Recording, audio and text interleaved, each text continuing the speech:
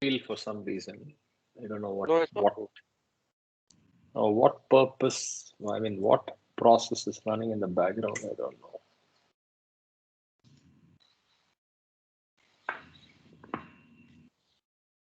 Okay.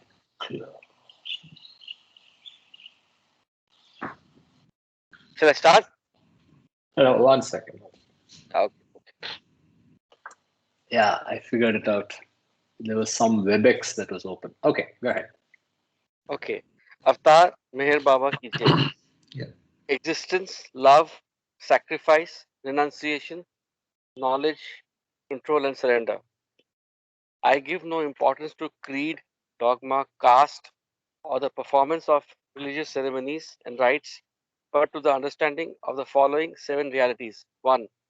The only real existence is that of the one and only God, who is the self in every finite self. 2. The only real love is the love for this infinity God, which arouses an intense longing to see, know, and become one with its truth, God. 3. The only real sacrifice is that in which, in pursuance of this love, all things body, mind, position, welfare, and even life itself are sacrificed. 4. The only real renunciation is that in which, in pursuance of this love, sorry, Sorry. 4. 4, sorry. The only real renunciation is that in which abandons, even in the midst of worldly duties, all selfish thoughts and desires. 5. The only real knowledge is the knowledge that God is the inner dweller in good people and in so called bad, in saint and in so called sinner. This knowledge requires you to help all equally as circumstances demand without expectation of reward. When compelled to take part in a dispute, to act without the slightest trace of enmity or hatred, to try to make others happy with brotherly or sisterly feeling for each one, and to harm no one in thought, word, or deed, not even those who harm you. 6. The only real control is the discipline of the senses to abstain from indulgence in low desires, which alone ensures absolute purity of character. 7. The only real surrender is that in which poise is undisturbed by any adverse circumstance, and the individual, amidst every kind of hardship, is resigned with perfect calm to the will of God. Avatar Avatar Meher Meher Baba ki Baba jai. ki jai.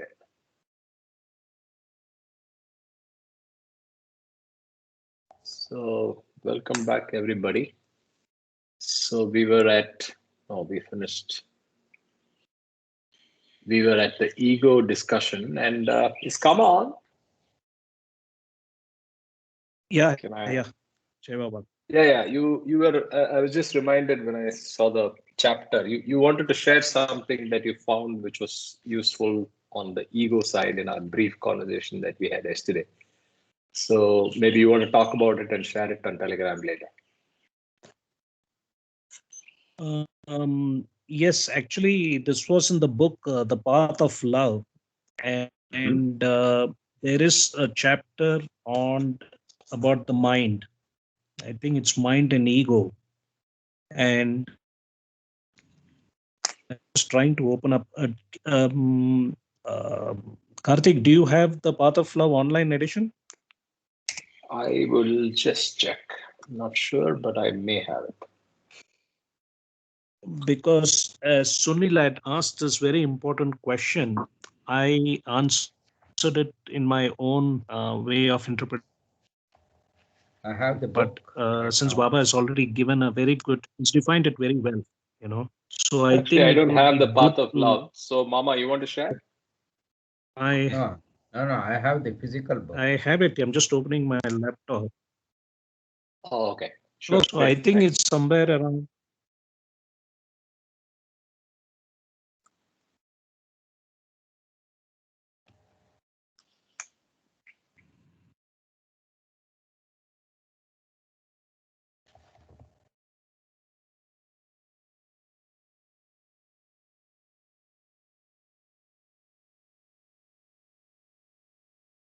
Okay. It's on Mind Must Go. Imagination. Page 46.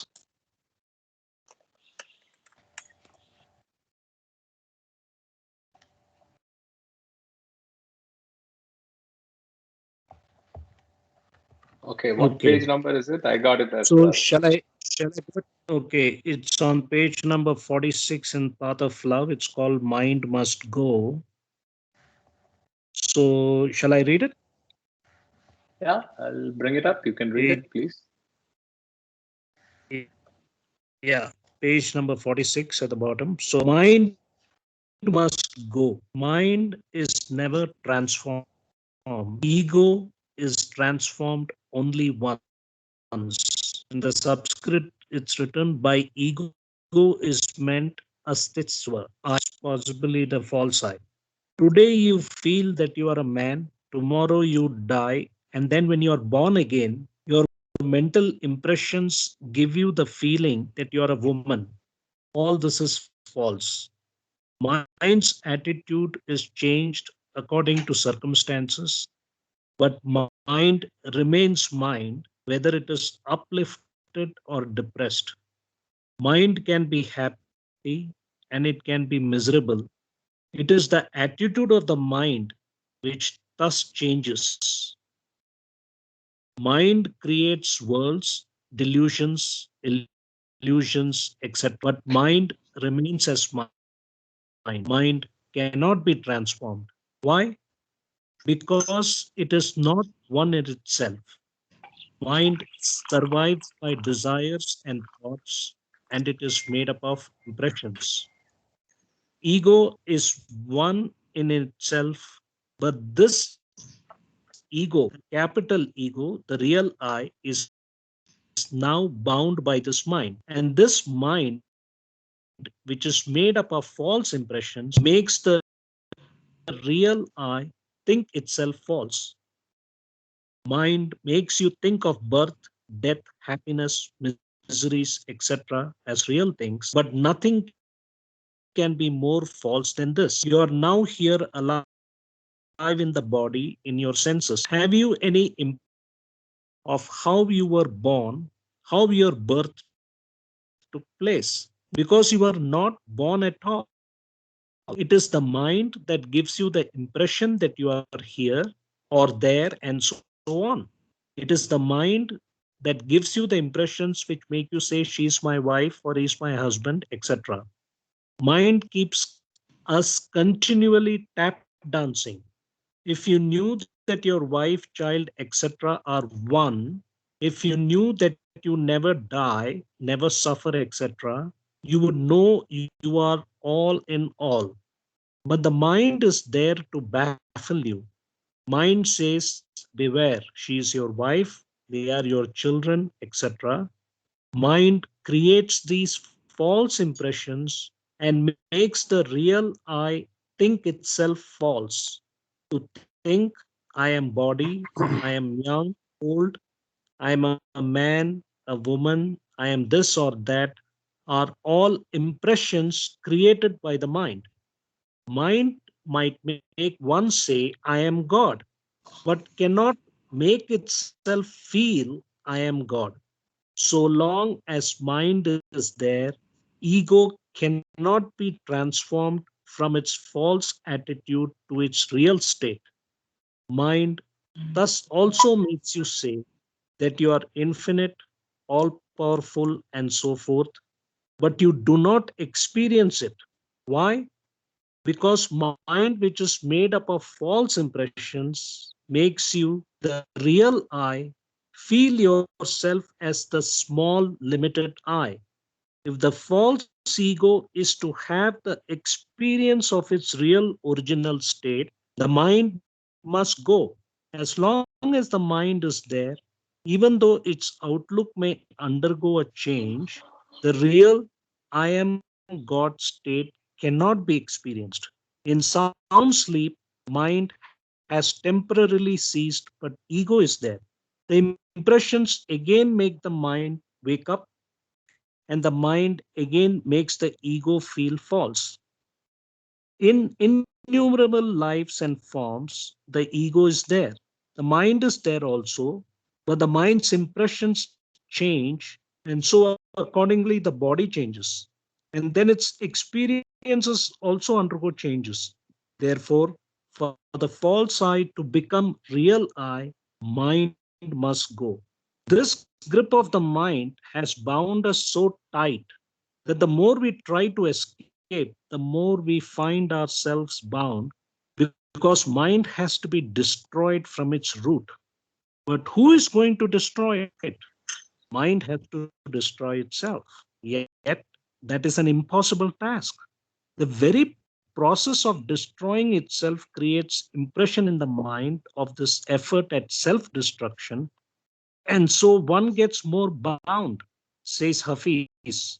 You yourself are the veil, O Hafiz, and so remove thyself. Now, how to remove yourself? The very process of removing creates fresh sanskaras or impressions. There's a story of four Iranis who heard about how the soul leaves the body and how it goes to the sky, etc. One day, being intoxicated with bhang, they caught hold of a wheel of a cart and went on pulling at it for a long time, thinking that thus they would be able to detach their souls. But obviously, this didn't help, and they realized that they had injured themselves in the bargain. There have been many attempts of this type to destroy the mind, which is made up of impressions of every kind, good, bad, low, high, etc. Thousands have thought of destroying the mind through the main paths of action, meditation, knowledge, and love. These have been chalked out by the masters for the purpose of destroying the mind while still retaining consciousness. Let us consider how, through the path of action, the goal of Manonash, that annihilation of the mind, which transforms the false I into the real I, can be attained. Perfect masters saw that actions which have false ego and impressionful mind as their background feed the mind instead of destroying it. They saw that everyone has to do action. Even the laziest of men has to eat these actions instead of destroying the flesh. Therefore, they conceive actionless acts that means to act, but in such a way that the effect is as if no action was taken. In this way, past impressions of actions get spent up mentally through experience of happiness and misery, but no new impressions are created. Suppose you help someone without any thought of self interest. Suppose you try to protect a woman and in doing so get beaten and the police arrest you and put you in jail. These happenings spend up some of your past sanskaras, but as you had no self interest, no fresh sanskaras are formed. This process is so long and complex that one can attain Manonash through action only after many use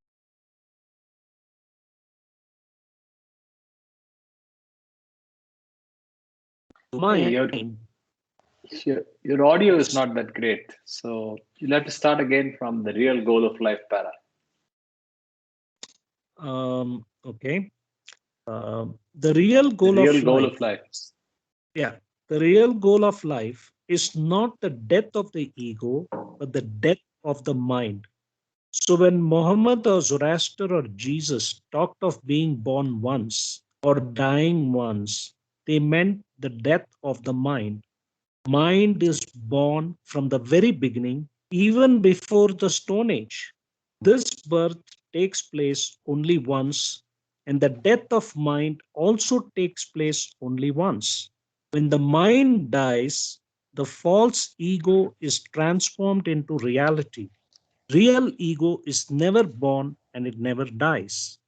Ego is always real, capital Ego, but due to the mind, the small ego feels and acts as the limited and false I. Now, mind goes on taking bodies according to its good or bad impressions. This taking and shedding bodies is not the death of either the mind or the ego. After the physical death, the mind remains with all its accumulated impressions. It is the impressions which make the mind take bodies so that the impressions might be experienced in the process of being wiped out while the ego remains a witness. Even when you're fast asleep, the ego and the mind are still there. The impressions wake you up so that they might be experienced and in the process get wiped out. This phenomena is also, in a way, the daily birth of the body.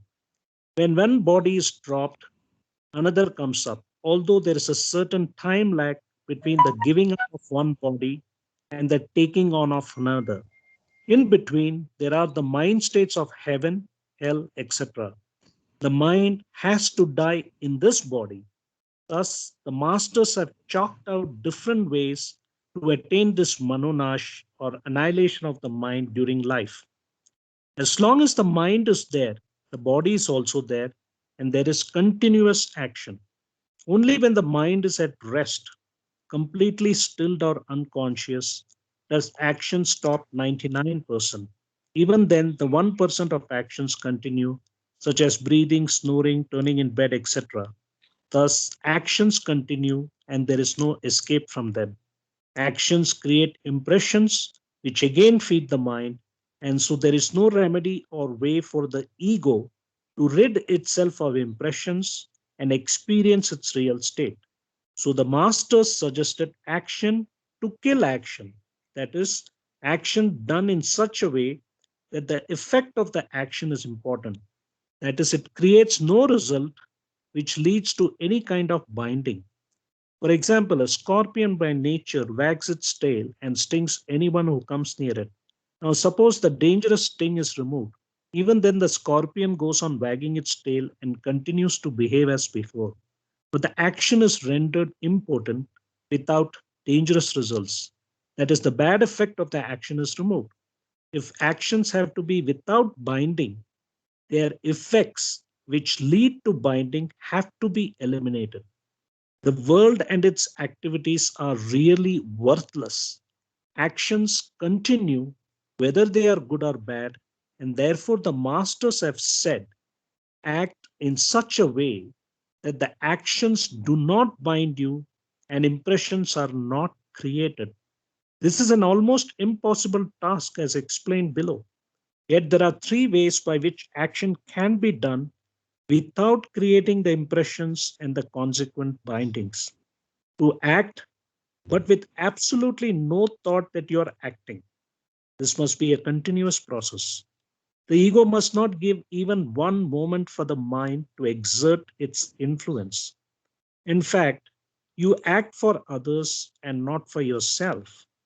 This selfless action, which is also called selfless service or karma yoga, is also almost impossible because the moment you think, I am serving others, I must help, I must uplift a certain cause, you are caught.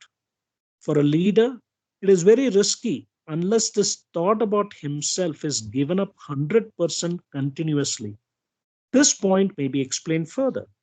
If a leader asks others to sacrifice everything for some cause with the best of motives and with no self interest, but fails to give up every thought of self 100% continuously, then the result is a disaster. All the sanskaras, impressions of the whole group fall on him, and even his followers are caught up in the impressions, even though they might have acted with the best of intentions. A similar disaster occurs in case of a guru and disciple. If there is any thought of self on either side, even pity for others should not be there. In short, when action has to be without effect, then it must be done without self interest, which is almost impossible. Number two, the second way is that whatever good or bad you do, you dedicate to God or your master. This too is almost impossible as the dedication has to be continuous without a moment's break. If you're able to do so, then impressions are not created by your actions. But if there is a break even once, the reaction is disastrous and all the sanskaras fall upon you. Number three, step number two is to do whatever you are asked to do by a master who is free from impressions and whose mind is destroyed. Such actions do not bind you. This too is difficult. You must have 100% unflinching faith in the master. Even a moment's doubt is fatal. Krishna had to convince Arjuna that he wasn't everyone and that no one died, as all were dead already. Then what Arjuna did was action without action. The above three ways are thus almost impossible to attain. So, how should one act? To be involved in the mere sansar, worldly matters with your wife, children, and to act results in your getting bound and to act. Okay, let me read this. To be involved in the mere sansar or worldly matters with your wife, children, and to act results in your getting bound with hoops of iron. But submissive, loose, and weak impressions are created by actions done without self interest, even if at times thoughts of helping or pitying others come into the mind. Because mind's part is to make the ego identify with the body and not feel false and to experience the sanskaras. But when the mind sees that the ego is not so ready to accept its dictatorship, then the impressions formed by the actions of the above type are weak. Such actions are therefore eventually of help towards attaining manonash. When knowledge comes, it comes in a flash. Godhood is what you then experience. God is knowledge, and in a moment you know everything, and then you know that there was nothing to know. Some masters have chalked out ways of destroying the mind through mind itself by means of meditation and concentration. When mind is concentrated, its further function is weakened and the impressions exhaust themselves. But in this process of meditation and concentration, Manonash is almost impossible because mind has the habit of getting its impressions carried out. When the mind feels frustrated, it gets more desperate. The moment you sit for meditation, thoughts which you never got before sometimes come to you, and eventually one of the following three things happen. You get fed up because you cannot concentrate, you get sleepy or drowsy, or more bad thoughts enter your mind, and you have to give up your attempts. But if you have a brave heart and you patiently persist, then in a very few cases, the mind is temporarily stilled. Now, this results in one of two things. One goes into a state of trance or one gets a sort of samadhi. Neither this trance, hal, nor samadhi are manonash. Such a samadhi becomes a profession in some cases, and trance becomes like dope and one gets addicted to it. One enjoys that trance, but it is temporary. There have been cases of those going into samadhi and while coming down, getting as their first thought the same thought they had while going up into the samadhi. Thus, if they had thought of money before entering into samadhi, they get the same thought when coming out of it. Some masters have taught that the best way to achieve manonash is to forget oneself through devotion and to give the mind no chance of having new impressions. The question is how to forget oneself through devotion, bhakti marg. When one is devoted 100%, then one forgets oneself. But this too is practically impossible because such devotion and forgetfulness have to be continuous. Hafiz has said, if you want the presence of the beloved, do not absent yourself from the memory of the beloved. You must not be for one moment without this devotion or without self forgetfulness when it is almost an impossibility. Therefore, one master has said, one moment with the perfect master is better than 100 years of sincere prayers. Now, some masters have taught that mind must be diverted if it is to be killed. Mind makes the ego say, I am body. Therefore, make the mind say, I am not body, I am not this, and I am not that, I am God. Now, this too is almost impossible because mind has its own impressions, and to compel this mind to say what it thinks to be false and contrary to its own impressions seems like a hypocritical act. For example, mind knows that it is Mr. So and so. Now, if this person's mind says, I am not a human being, but I am God, then at that very moment, the mind thinks that is lying. The result is that this tires out the heart, the emotions, and love. The mind cannot accomplish actionless actions because mind says, I am God. What do I have to act for? Mind says, mind cannot forget itself in devotion because it repeats, I am God. To whom should I pray? So Manonash becomes impossible. But if selfless action, even if not perfect, is persisted in, a stage is reached when mind is permanently at peace. It sees God, but it is not yet destroyed. If through bhakti a state of love is achieved by which constant devotion is attained, then this peace of mind and seeing of God comes. So if one says, I am God, I am not body, and persists in this saying with 100% faithfulness at the cost of everything, then this peace of mind is achieved. But for Manonash, there is always the need of help of the perfect master. One who is free from the binding of impressions can uproot the minds of others, even of masses. In short, there are all these ways to attempt Manonash and to make one feel superficially, I am God, infinite, eternal, etc. But it is rightly said, you cannot step out of your nature. So, how can you aspire to enter the threshold of your beloved? Following different paths, different people encounter different difficulties. Some who do not know the technique of meditation go mad. Some say that they should never see a woman. They get so nervous about it all. The fact is, all is God, but you are misled by the shameless mind. The mind is so shameless that the more you wish to get rid of it, the more you get entangled in it. Just when you try to take out one foot from the mire, your other foot gets stuck more deeply. All the same, you have to get rid of this troublesome mind. Manonash is real samadhi for the mind. The mind is uprooted, and this is the death of mind. The ego immediately feels, I am everything, and it is disassociated from all experiences of the body, for it has now no concern with the body. At this moment, either the shock is too strong and the body falls, or the momentum keeps the body going for some time and then it falls. So I'll stop here because the other part is Manonash or annihilation of the mind because it's quite dense. So I'll stop here. Jai Baba. Jai Baba, thank you. Thanks, It is. Kama. It is. I think we have Very to much. read it in detail again.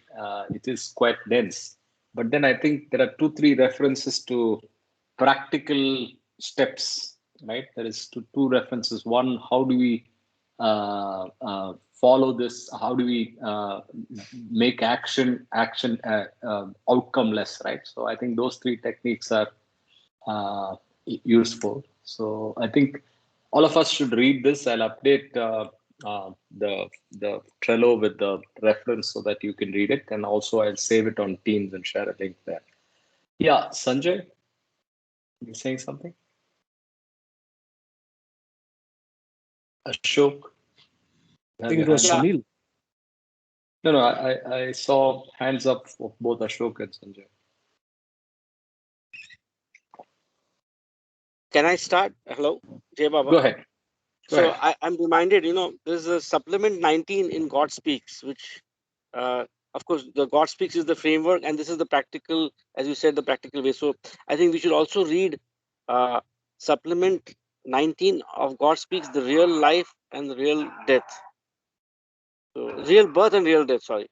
So I think that's what I'm reminded. Kama had actually mentioned this to me a month ago when I was going through my own situations.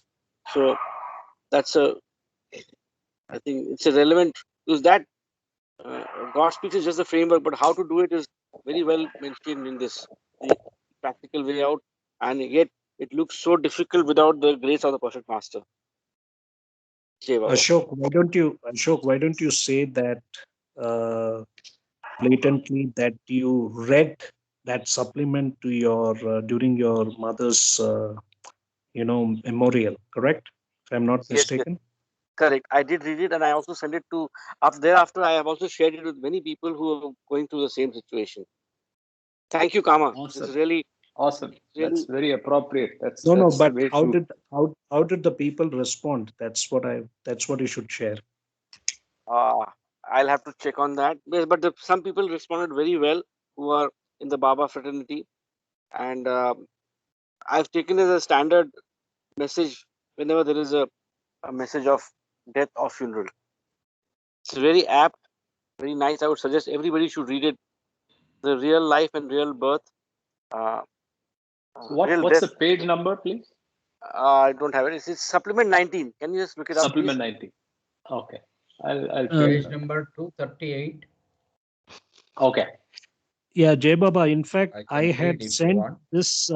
I had sent this to our to the Telegram group, and also I believe that I've been sending this supplement along with the two links from Discourses, the Reincarnation and Karma, Part One and Part Two, the significance of death and heaven and hell.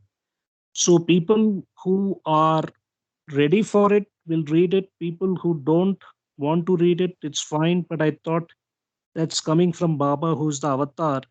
Why not just share that rather than saying, oh, rip, or condolences, rather send something which will hopefully be useful to people. Jai Baba.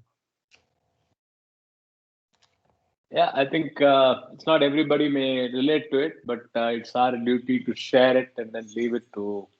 So here it is. Would you like to read it? Yeah, sure. You want to read it? 1 second. Yes. Yes. Avatar Meher Baba ki jai. 1 second. So, there is only one real birth and one real death. You are born once and you really die only once. What is the real birth? It is the birth of a drop in the ocean of reality. What is meant by the birth of a drop in the ocean of reality? It is the advent of individuality, born of indivisibility, through a glimmer of the first, most finite consciousness, which transfixed cognizance of limitation into the unlimited. What is meant by the real death? It is consciousness getting free from all limitations. Freedom from all limitations is real death. It is really the death of all limitations. It is liberation. In between the real birth and real death, there is no such reality as the so called births and deaths.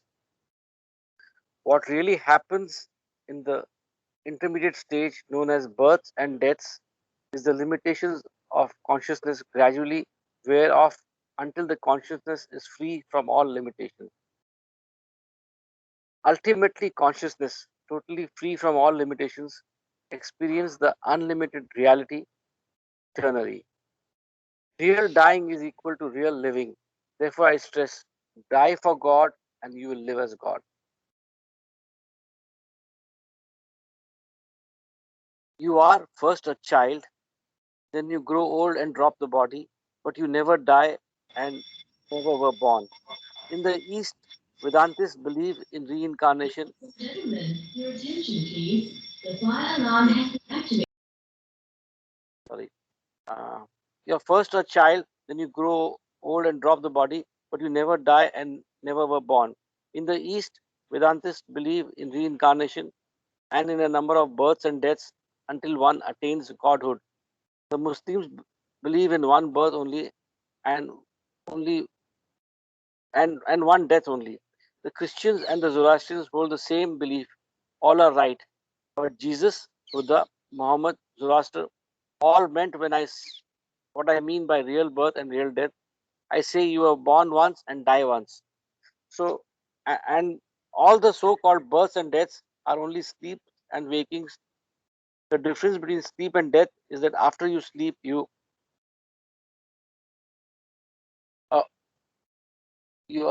wait a minute. You awake and find yourself in the same body, but after death, you awake in a different body. You never die. Only the blessed ones die and become one with God. Avatar Meher Baba ki jai. Thank you, Kama. This is really, helped me a lot. Uh, Thank Baba. Jai Baba. Regarding this, um one more aspect which I can add is in another group in Bombay group, um, we are reading a book that is Infinity. Oh, I'm not getting the name. In that, what is read now, right now, by one group is death and immortality. So, in the present scenario of COVID and multiple sudden deaths and all that, that group thought of reading that whole chapter, which is also similar to this, which explains in further detail regarding all these aspects. Listen humanity. Yes, That is listen, the humanity. yes. So that is also quite relevant to recapitulate here, I think. So these are things which make things, say, the concept of birth and death in a wider perspective, and then our fear of death or the joy of birth gets gradually diminished as we learn all these things. Jai Baba.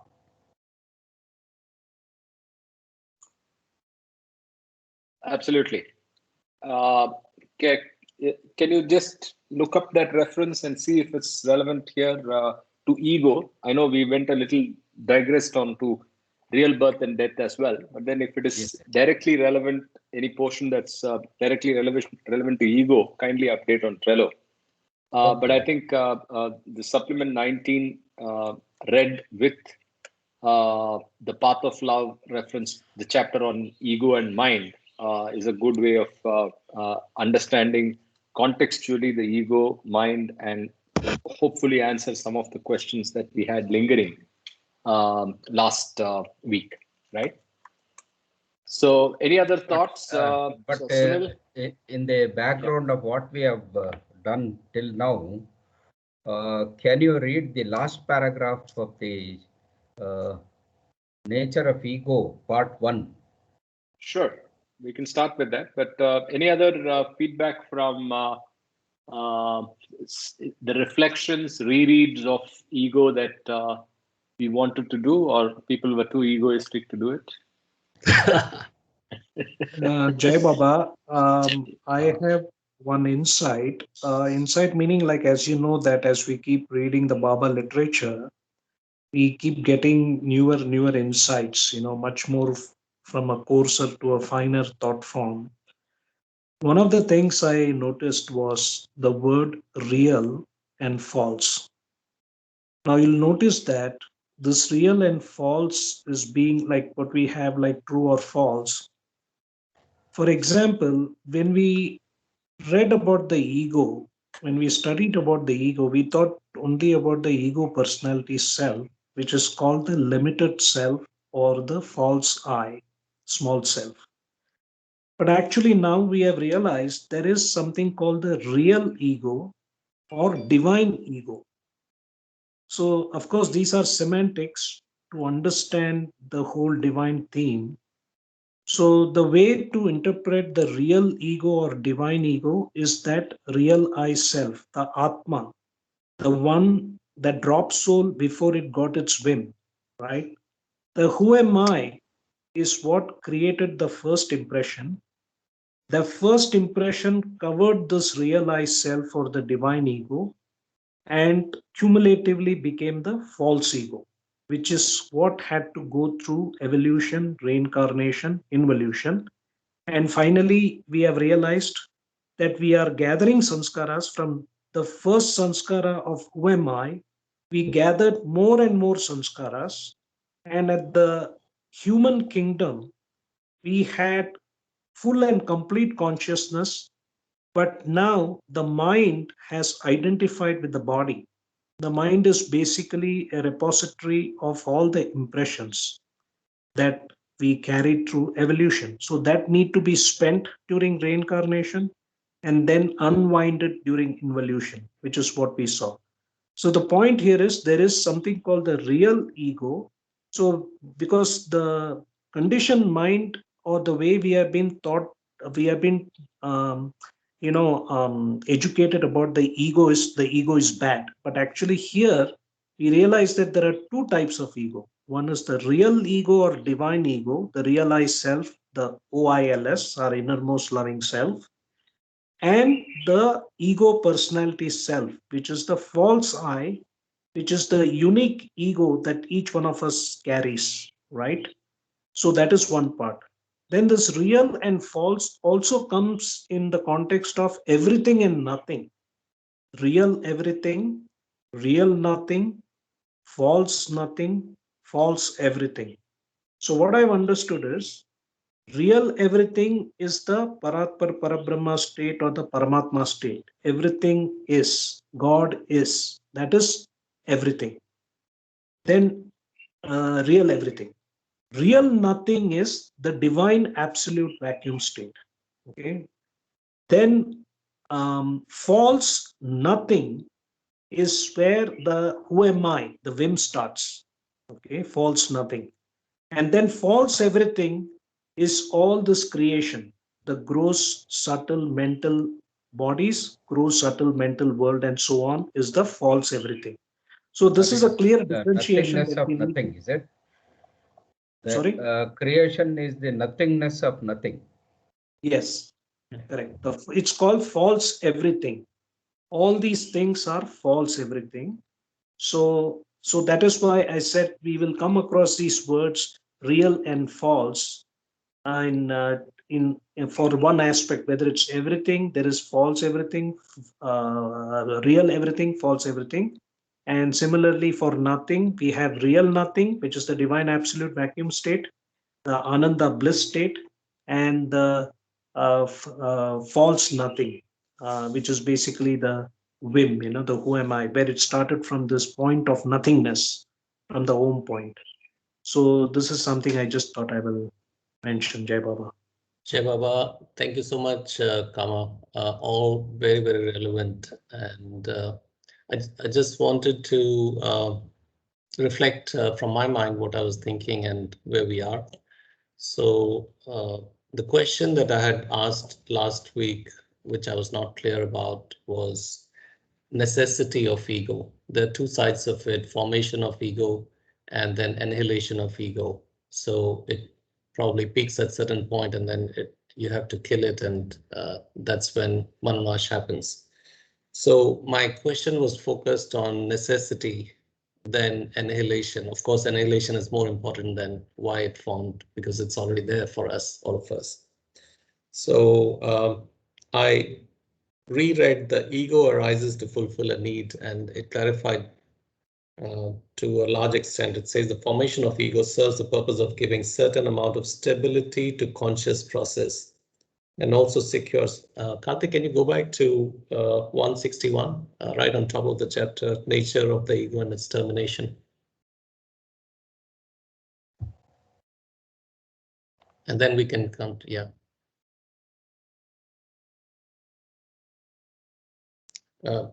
Further up, yeah, a little bit further up, yeah. The ego arises to fulfill a need. A little lower, yeah. Yeah, the formation of ego serves the purpose of giving certain amount, last line, the colored last line, yeah. Certain amount of stability to conscious. It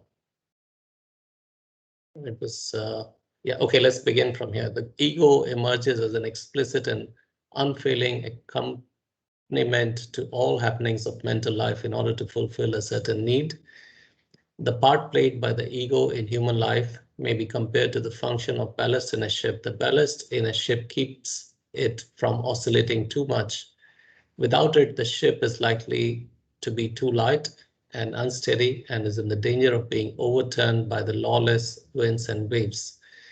Thus, mental energy would be caught up endlessly in the multitudinous mazes of dual experience and would be wasted and dissipated if there were no provisional nucleus.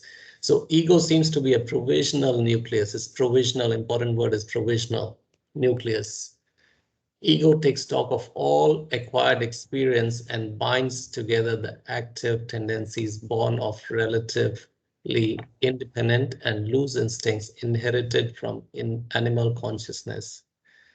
This last para is quite dense to me. Why the ego is formed. The formation of ego serves the purpose of giving a certain amount of stability to conscious process and also secure a working equilibrium, which makes for a planned and organized life. So herein lies the answer to my question, which I was trying to struggle to. So it's a provisional nucleus for all the sanskaras, and unless we bind them together at one place and create this I self, probably it gets dissipated and there's no nucleus. How do we define? Yeah. So that's the reason for it to form. So it's a necessary evil, which is explained in the next para. Yeah, that's what I was looking for. And then it's always explained that it's a necessary evil and blah, blah, blah. And then Kama explained the rest of it beautifully from the path of love. So I think I'm done with my question. Thank you. Thank you, Baba. Thank you, Kama. Thank you, everybody. Yes, Sunil, you mean to say it is the pivot on which we hang all our sanskaras to act in one single way. Mind is distracting. Actually, mind is the culprit. So ego itself is just binding the sanskaras, and mind distracts it to go in the wrong direction all the time, is what Karthik Kama explained just now. So it's a game between mind, ego, and sanskaras. Yeah. Which, yeah. Go ahead. Go ahead. See, the mind or the mental body is the repository of all the impressions or sanskaras. It stores it. Right. And the ego is the personality, the one that symbolizes the, the mind, basically with all its false impressions and projects it, the false ego. So you can say the mind is where all the junk is, the baggage is, but it needs to express it through some medium, which is called the false ego or the ego personality self. Then there was another line which said, ego attempts to solve its inner conflicts through false valuations and wrong choices. It's on the next page. And I think Kama explained the connection with the mind. It keeps distracting the ego and telling it to, focus on the false ego or something, and it makes the wrong choices. So I think that's where we've got to control the mind and get on the path, spiritual path. Maybe that's, I'm not sure if I have the right words to explain it. I need to read what Kama read today once again. So to get the right words, but I think the explanation is there. It probably makes the dots connected for me now. Jai Baba, you're right. The false valuation is basically the nature of the mind or the false I ego is to live in duality. That's its nature. See, this is all a game. Let's put it that way. If you look at it as a pure observer witness and look at it like a computer game, so the design is such that the mind or ego's nature is to dwell in duality, because without dwelling in duality, it can't sustain itself. Right. So what it does, the false valuation of the mind to live in duality is to identify with the body, gross body, subtle body, mental body. I am Gavaskar. I am Rahman. I am Abdul Kalam, depending on what type of, what body you use, So that false I, that is the false valuation, but the right valuation is basically by the grace of the avatar, we get to have this knowledge, the spiritual knowledge, which is lacking in the world. Today we have material knowledge, how quantum mechanics works, how Newton classical mechanics works, quantum gravity, and so on. But we have all the spiritual knowledge, which is longer than the material knowledge, 5,000 years old, which has got so muddled up that nobody knows the difference between fana, fila, nirvana, nirvikalpa samadhi, and so on, and nobody understands what is valuation. We know financial valuation, but spiritual valuation has become a big struggle. You know, we are struggling here at self. So right valuation is simply an example that you're not the body, you are the self, and we have to awaken the self. That's it. Jai Baba. Jai Baba. Thank you. Thanks, Kama. Amazing. So I had another request. So we'll read the last para of this chapter and then move on to the next part of ego. But I think, as Sunil said, we surely have to read it again. It's pretty dense as per the chapter from Path of Love, but I think totally relevant.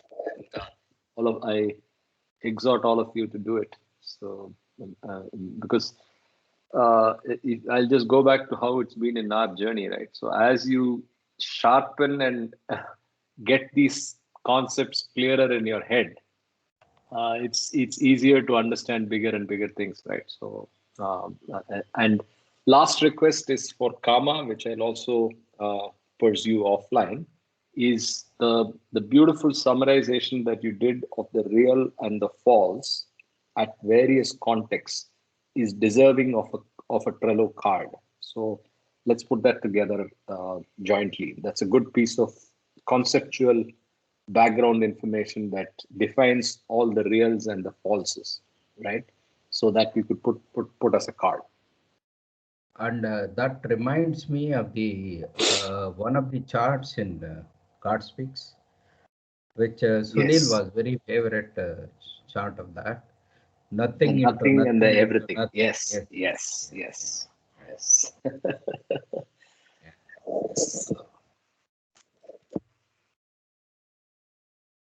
Okay, so I'll just read the specific paragraph.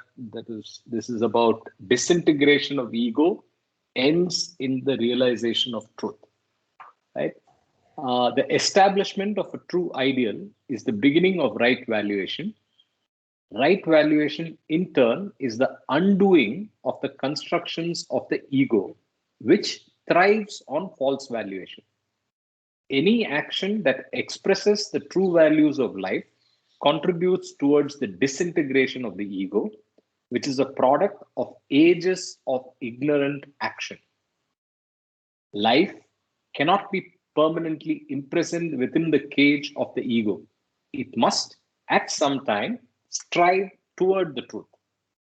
In the ripeness of evolution comes the momentous discovery that life cannot be understood and lived fully as long as it is made to move around the pivot of the ego. Man is then driven by the logic of his own experience to find the true center of experience and reorganize his life in the truth. This entails the wearing out of the ego and its replacement by truth consciousness. The disintegration of the ego culminates in realizing the truth. The false nucleus of consolidated sanskaras must disappear if there is to be a true integration and fulfillment of life. So I think that point was spot on, right? Sunil's provisional nucleus that's connected back in the last line, which is the false nucleus of consolidated sanskaras must disappear if there is to be a true integration and fulfillment of life.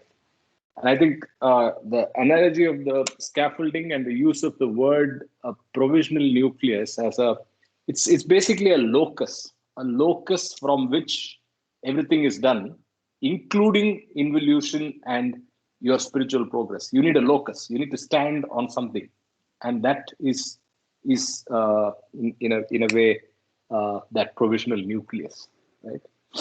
I will read the one sentence here.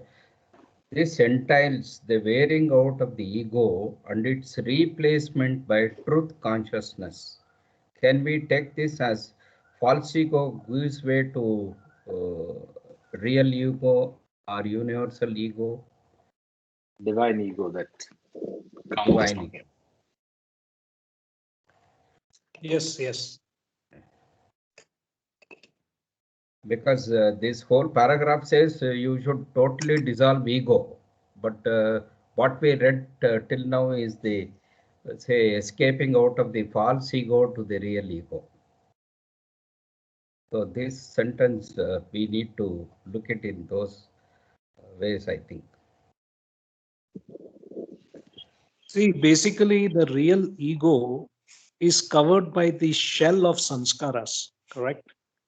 And the shell of sanskaras plus the real ego is equal to the false ego. False ego. Okay. So once the sanskaras, like as Dr. Weiss said, we are all rough diamonds polishing ourselves. Okay. Every human being is like a rough diamond because the diamond is inside, but you need to polish it. So you can say that we are polishing our sanskaras, and then you discover the realized self. Once the sanskaras become zero, then you see your realized self.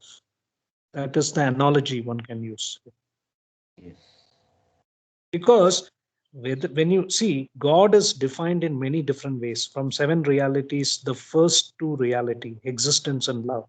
Right there, you have four or five definitions of God. Like your favorite is existence. I know, Doc Mama, right? Existence, truth, infinity, divine love, super consciousness, being, and so many different things. It all is all about how you look at it.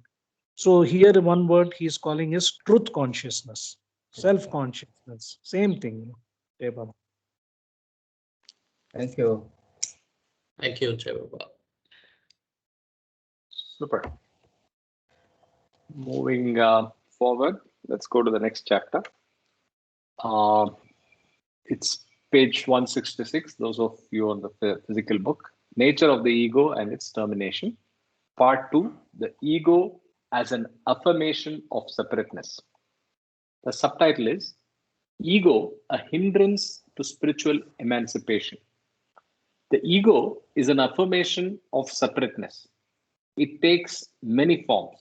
It may take the form of a continued self-conscious memory expressing itself in recollections like, I did this and I did that, I felt this and I felt that, I thought this and I thought that.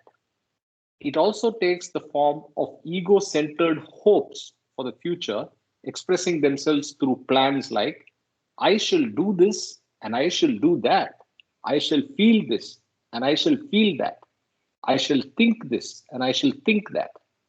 Or again, in the present, the ego manifests itself as a strong feeling of being someone in particular and asserts its distinctness and separateness from all other centers of consciousness. While provisionally serving a useful purpose as a center of consciousness, the ego, as an affirmation of separateness, constitutes the chief hindrance to spiritual emancipation and the enlightenment of consciousness. Again, there's an interesting phrase here, the center of consciousness. So another reference to the same concept of a provisional nucleus. So there's a center of consciousness, and I think the center of consciousness or the individualized consciousness is something that is used multiple times here in discourses. Right? I continue. The ego affirms its separateness through craving, hate, anger, fear, or jealousy. When a person craves the company of others, he is keenly conscious of being separate from them and thus feels his own separate existence intensely. The feeling of separation from others is most acute where there is great and unrelieved craving. In hate and anger also, the other person is, so to speak, thrown out of one's own being and regarded not only as a foreigner, but as definitely hostile to the thriving of one's ego. The subtitle here is Ego Feeds Upon Exclusive Feelings. Fear also is a subtle form of affirming separateness and exists where the consciousness of duality is unabated. Fear acts as a thick curtain between the I and the you, and it not only nourishes deep distrust of the other, but inevitably brings about a shrinking and withdrawal of consciousness so as to exclude the being of another from the context of one's own life. Therefore, not only other souls, but God should be loved and not feared. To fear God or his manifestations is to strengthen duality. To love God and his manifestations is to weaken it. Jealousy strengthens ego. I think the last sentence is It's the very, crux very, of the matter. We have to yes, make a yes. mark of that. But I was exactly thinking of the same. In fact, uh, I think this is a good way to describe the difference between God fearing and God loving, right? To fear God or his manifestations is to strengthen duality. To love God and his manifestations is to weaken it, right? I'll continue. Jealousy strengthens ego. The feeling of separateness finds most poignant expression in jealousy. There is a deep and imperative need in the human soul to love and identify itself with other souls. This is not fulfilled in any instance where there is craving or hate, anger, or fear. In jealousy, in addition to the non fulfillment of this deep and imperative need for identification with other persons, there is a belief that some other soul has successfully identified itself with the person whom one sought. This creates a standing and irreconcilable protest against both individuals for developing a relationship that one really wished to reserve for oneself. All exclusive feelings like craving, hate, fear, or jealousy bring about a narrowing down of life and contribute to the limitation and restriction of consciousness. They become directly instrumental in the affirmation of separateness of the ego.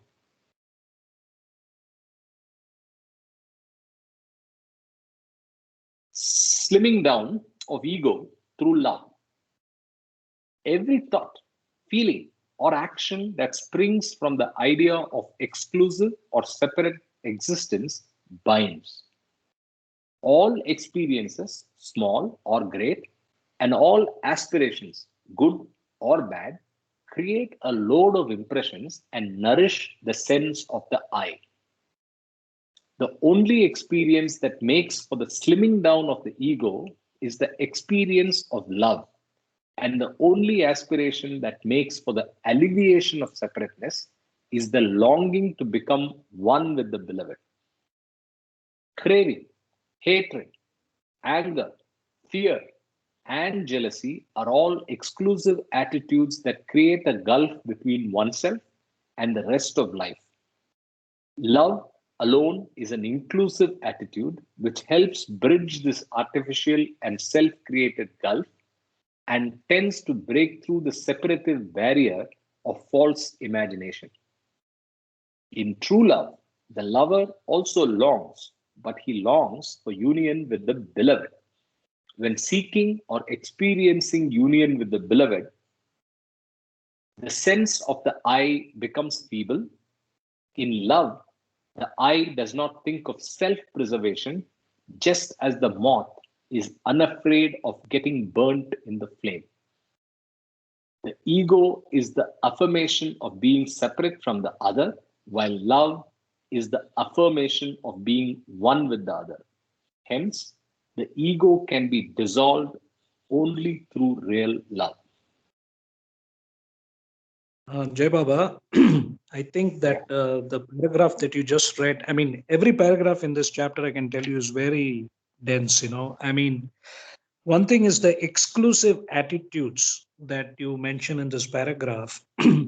Again, we go back to the chapter on love, where Baba says, you know, I keep repeating myself, but pure love is the gift of the perfect master, unless infatuation, lust, greed, anger, jealousy, five things. Remember that lust, greed, and anger, kama, krodha, lobh, relates to gross, subtle, and mental body. And then Baba introduced infatuation and jealousy. other two exclusive attitude. Then I look at the Christian aspect of 7 deadly sins. So I added my own 2 variables, fear and worry. So I think these are exclusive attitudes and probably the main ones which most people face in their day-to-day material life. And I believe that there are so many other aspects of exclusive attitudes. Like I said, the English alphabets, anger, aversion, backbiting, craving, you can go on. Open a dictionary and you can get antonyms for everything, which we carry in different degrees. So here it's clearly said that the only inclusive attitude is real love, pure love. And going back to that love chapter, question is, we all know this, we suffer from this. How do we go about dissolving that? And that is where Baba said those 4 spiritual, attitudes that we need to have. Um, no backbiting, supreme tolerance, happiness of others at the cost of our own happiness, and look at the good points of others rather than their bad points. And he said to imbibe any of these attributes, sorry, not attitude, attributes. He said, first, we have to get rid of worry. That is why the most famous statement and the song, don't worry, be happy, it keeps repeating itself. So I think subliminally, unconsciously, we are all worry warts, as they say. So I'll stop here, Jai Baba. Worry warts. It's an Americanism, is it? Not heard it before. Yeah, W-A-R-T-S, W, right? Worry warts. Worry warts, yeah. We can call it worry bots also. Today. In this paragraph, you can mark one sentence. I'll just read that. Previous. Here. The only experience that makes for the slimming down of the ego is the experience of love, and the only aspiration that makes for the elevation of separateness is the longing to become one with the beloved. The whole sentence. I would like to make one comment on that particular line. Thanks, Doc Mama, that you brought it up. Here it says that longing to become one with the beloved, which I think is an intermediary state, because the next state is complete surrender. You're supposed to stop even having this longing. Am I correct? Remember the chapter on God as infinite love. Lust is of the gross body, longing of the subtle body, surrender of the mental body, then union with the grace of the perfect master in the 7th plane.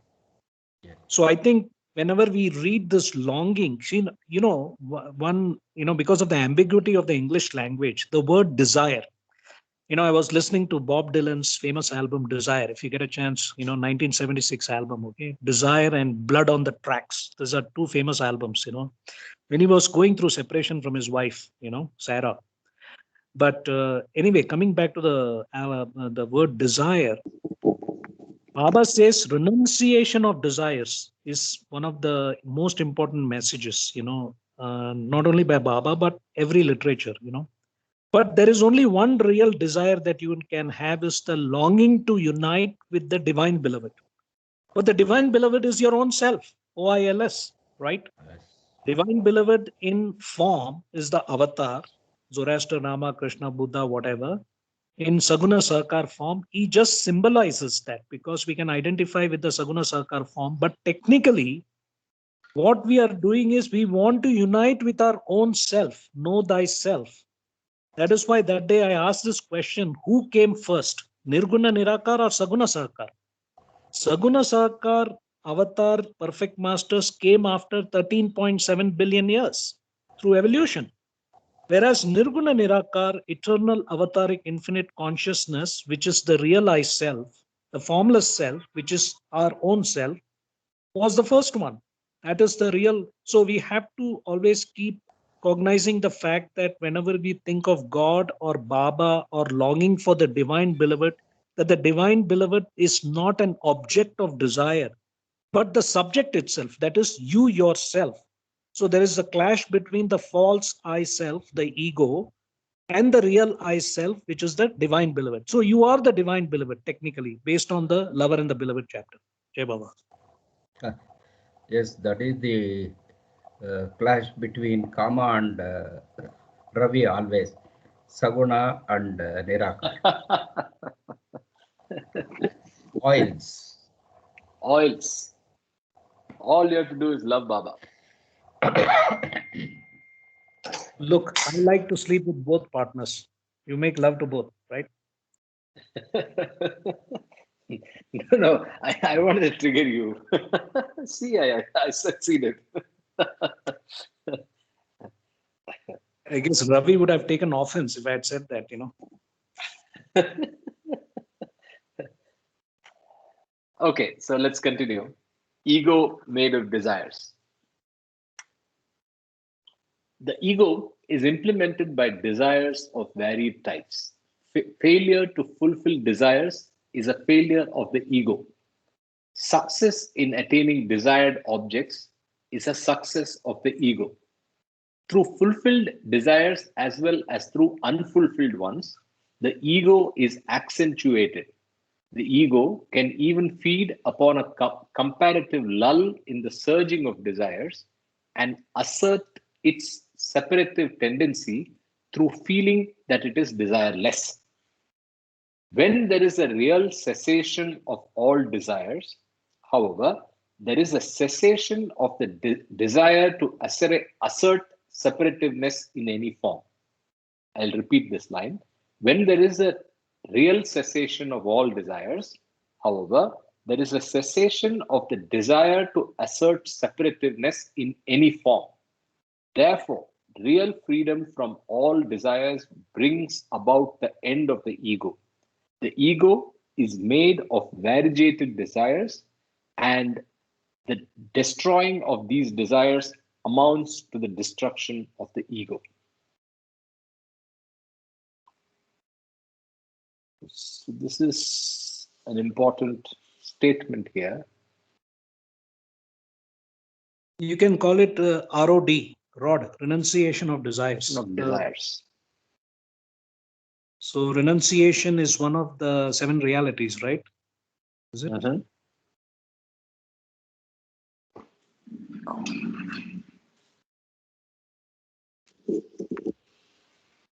Roots of ego in subconscious mind. The problem of erasing the ego from consciousness is very complicated. However, because the roots of the ego are all in the subconscious mind in the form of latent tendencies, and these latent tendencies are not always accessible to explicit consciousness. The limited ego of explicit consciousness is only a fragment of the total ego. The ego is like an iceberg floating in the sea. About 1/7 of the iceberg remains above the surface of the water and is visible to the onlooker, but the major portion remains submerged and invisible. In the same way, only a small portion of the real ego becomes manifest in consciousness in the form of an explicit I, and the major portion of the real ego remains submerged in the dark and inarticulate sanctuaries of the subconscious mind. Ego, heterogeneous. This is Jai Baba, this is an important paragraph, you know. Here he is dividing the mind into the conscious and subconscious mind. The conscious mind has the explicit ego consciousness. Can you go back to the paragraph, please? Sure. And you basically see that the explicit ego plus implicit ego is equal to the total ego of an individual. And remember, the word here, they are using real ego. So we should not confuse it with the divine ego, because this is the small ego. Okay, I don't know why he has used the word the major portion of the real ego. It doesn't make, it should be the limited ego. So the limited ego of explicit consciousness. So again, remember that previous chapter, God and the individual, are about creation, where we talked about consummate consciousness. If you remember that, There we were talking about conscious consciousness and subconscious consciousness. So you want to relate that to this particular paragraph, where the explicit consciousness, which is in the conscious mind, and the implicit consciousness or the implicit ego is in the subconscious mind. So that is why the analogy of the iceberg is used, where the iceberg only 1/7 is visible, which means only 1/7 of our mind is the conscious mind. The other 6/7 is the subconscious mind. And later on, as you read this chapter, you will, this is probably one of the most very, very important chapters. I can tell you it's a little tough, but it will help us all to understand the differences between sanskaras in the conscious mind and sanskaras in the subconscious mind, and how they react and interact, so that's why this particular paragraph, the implicit ego and the explicit ego, you need to understand related to the conscious mind and the subconscious mind. Jai Baba. Yeah. In the previous paragraph, I think we missed one point. I wanted to mention that. Talking about the exclusive attitudes. No. The fact about desirelessness also is, anyway, if it comes back, I'll mention it. We'll continue. Ego also creates a sort of ego. Yes, I think that's an important point that I think I wanted to mark up. So where is that? That is at page 68, second paragraph. 68, right? Yeah, right there. When there is real cessation of desires, however, there is a cessation of the desires to assert separativeness in any form. Therefore, real freedom from all desires brings about the end of ego. Yeah. The ego can even feed upon a comparative lull in the surging of desires. Yeah, thank you. That's what I wanted to. I have marked this chapter so much, it's almost everything, I think, by pencil marks. That's why Kama says it's a very important chapter. Yeah. Just give me 1 second. Okay, if for some reason it's struggling, I'll just do it later. Ego heterogeneous in constitution, that's the subtitle. The explicit ego, which finds its manifestation in consciousness, is by no means a harmonious whole. It can and does become an arena for multitudinous conflicts between opposing tendencies. It has a limited capacity, however, for allowing simultaneous emergence of conflicting tendencies.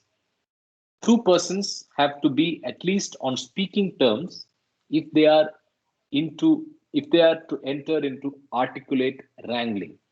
If they are not on speaking terms, they cannot bring themselves to quarrel on common ground. In the same manner, two tendencies that can enter into conscious conflict must have some common ground.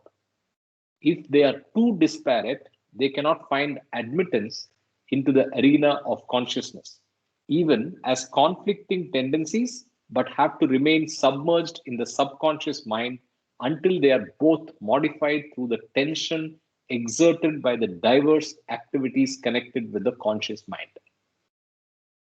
This is pretty dense. Okay. So I think it's about the opposing tendencies. Anybody wants to take a stab at it? Stab the ego. Come on. Karthik, what I would suggest is read this full chapter, because they are all interconnected, and then we can discuss. Sure. Okay. Unless Makes somebody sense. wants Maybe. to stop at each paragraph, if they have a question, definitely yes. But yeah, Jay Baba. Okay. So you're brushing my question away. That's fine. Explicit ego and implicit ego. Although the entire ego is essentially heterogeneous in its constitution, the explicit ego of consciousness is less heterogeneous than the implicit ego of the subconscious mind. The explicit ego operates as a formidable whole compared with the isolated subconscious tendencies that seek to emerge in consciousness. The organized ego of explicit consciousness thus becomes a repressive barrier that indefinitely prevents several constituents of the implicit ego from access to consciousness. All the problems of the ego can be tackled only through intelligent and conscious action. Therefore, complete annihilation of the ego is possible only when all the constituents of the ego pass through the fire of intelligent consciousness. Jay Baba, I just want to, can you just go to that paragraph again? Just want to make a point here. Again, the way the language is structured here.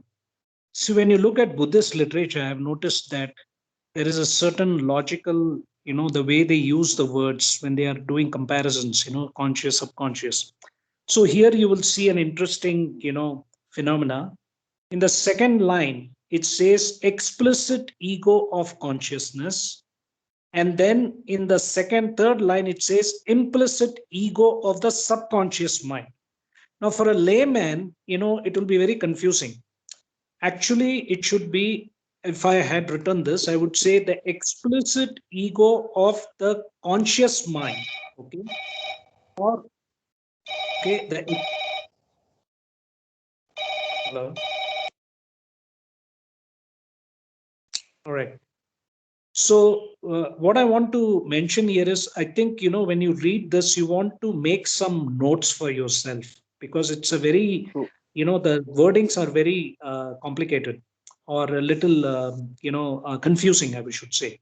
So explicit ego of consciousness and implicit ego is also consciousness, because consciousness also has two parts: conscious consciousness and subconscious consciousness. Okay. Similarly, here we are seeing explicit ego of the conscious mind and the implicit ego of the subconscious mind. That's how you want to relate to this particular paragraph. Jai Baba. It surely needs a reread in my head. It's pretty dense right now. So One I'll idea come which back with comes to me, questions. Sure. an idea which comes to me is an assignment to Ashok. He can create a pyramid of ego and consciousness. He can make Implicit, with implicit, explicit, yes, conscious, subconscious, yes, 1/7, 6/7. yes, Exclusive, inclusive attitudes. yes. So Mamaji, attitude. you have read my mind. I was thinking on the same lines just now, but I need some help. So Okay, can we do it together, or we will think over, think over. Let we'll it think over? sink We'll in. think it over offline. Okay, okay. Doc, you should know that Ashok always likes to work with a partner. Okay. So you should concede to his wishes.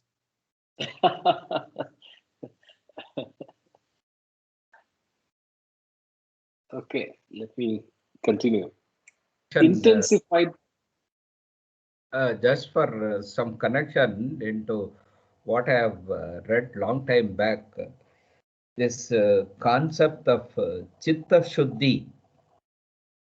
So they say it is a sort of a bubbling oil well which is in your subconscious, which keeps coming up, bubbles come up. So what comes up is the conscious aspect, and what is hidden inside is the subconscious aspect. So over a period of time, as you still your mind, the subconscious comes up to the conscious level, and then you can clear it. All that can be gelled into what we are reading here. Jai Baba. Jay Baba, I have one more observation. We can also link this with intelligent and unintelligent action. And the question I have in my mind is, how can we relate it with the planes of, you know, so this is something which is very intricate, but if all can put some mind and then share, that will be great. We will reread and come to the partners. Okay. Come and give our input to the partners. See, It's Ashok, a joint venture. can I answer Ashok's question? Let me rephrase his question, if I'm understood it right. So Ashok, you were asking how do we relate the different planes with this aspect of the implicit and explicit ego, or about? Am I correct? No, also the implicit and explicit consciousness. That is the explicit consciousness and the implicit subconsciousness. It's a little complex, at least for me. Subconscious consciousness. Okay. Implicit ego and the implicit ego of the subconscious mind and the explicit ego of the conscious mind. That is one aspect. Then you have something called consciousness, which is basically, when you're looking at, when we are living in the phenomenal world, which is the zeroth plane, gross. So we have gross consciousness. When you're between first and fourth plane, you have subtle consciousness, because you're using the subtle body and the subtle mind. Whereas when you are in the fifth and sixth plane, you're using your mental body, wherein you have a conscious mind, or conscious, the mental body, and you have mental consciousness. And the sanskaras also, are mental sanskaras. As you know, gross sanskaras transmute to subtle sanskaras then transmute to mental sanskaras. So I think the whole planes, if you look at the ego, it is going through different states of consciousness: gross, subtle, and mental. So that is how you can look at it. And the implicit and explicit is, you will understand now as you read this whole chapter, because the whole repository of sanskaras are stored in the mind, and the mind has got two parts: conscious mind and subconscious mind. But the subconscious mind is 6/7. So only 1/7 of the mind, which is called the conscious mind, is where we are dealing with our sanskaras. And the rest of the chapter will give you more answers. Jai Baba. By that point, Kama, I'll have to reread this again. And I just have one more thing, and that is the pyramid structure came into my mind because the intensity of sanskaras comes down. I mean, it gets reduced as we go up in our journey. So that is something which I've of course thinking since the very time I made the pyramid. So if any thoughts, Kama and others, on the pyramid structure of sanskaras. Sure. See, gross sanskaras are very coarse, right? So the process is very obvious from God speaks, that first you have to get rid of the gross sanskaras, which has to do with the 5 physical senses. Okay, touch, taste, sound, smell, sight. So that gross sanskaras will become fine, subtle impressions or sanskaras. Then the fine, subtle impressions becomes finer mental impressions. Because as you know, mental has to do with thoughts, which create weak impressions. Subtle has to do with words and feelings, which create strong impressions. And gross has to do with the physical, which creates powerful impressions. So here we are going backwards now, that during the animal evolution, we created all these sanskaras, basically gross sanskaras. Now the mind, the mental body, and the subtle body are also fully developed in the human form. But we have to now spend all these gross sanskaras first, which get transmuted into subtle and then to mental. So it goes from coarse to finer. So that is the linear kind of way this whole process goes about. Jai Baba, I don't know whether I made sense.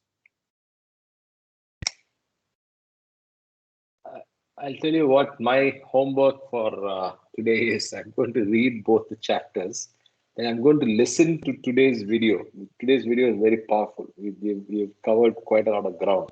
So we'll listen to it again, and then I'm sure that we'll be able to, I'll find out what I can internalize and then tell you how it went. But I think that's what I'm doing. So I need 2-3 hours of time today for this, and I'm going to carve that out. Right. So I hope all of you have a great Saturday as well, and let's get back into the class tomorrow. Any thoughts before we wind up? I have another imagery which has come up to my mind. If you take a log of wood and then first is you chip off that and then you scrape it with say hard implements and then give a shape to that. That is the grass. Then you use finer instruments to make the surface softer, smooth and all that.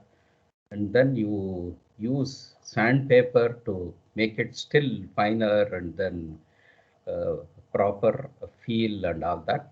And then you use the enamel or the transparent glue on top of that so that the internal grains of the wood shine through. That is, the self will shine through. So these are the 3 different planes: gross, subtle and mental. Very interesting. I was hoping for something more esoteric in the last day, but then I thought the wood will vanish or whatever after you keep scrubbing. Anyway, incidentally, I have a video I created. It's my wife is working on doing something for the living room where she took a log of wood and did all the things that you just said. And I created a time-lapse video of that. So I'll probably share it. I'm just reminded of that. So I'll probably share that with all of you. I don't know if the shining has happened, but she got pretty close. Okay, so with that, let's wrap up and catch up tomorrow. Jai Baba. Tomorrow can we have a bhajan by Sanjay? Sure. Sure. Yeah. Jai Baba. Great. Thank you. Sure, we'll do that. My pleasure. Yeah. Jai Baba. Rajesh, Yes. have fun as much as you can. I hope you get some home food. Yes. Yeah, it's the faith. It's just on the a few more it's on the days. menu today. The home food. Sunil is bringing in. Great. They allow that, is it? Sorry? Yeah. Okay. Okay. Sanitized food. Yeah. Anything inbound is allowed.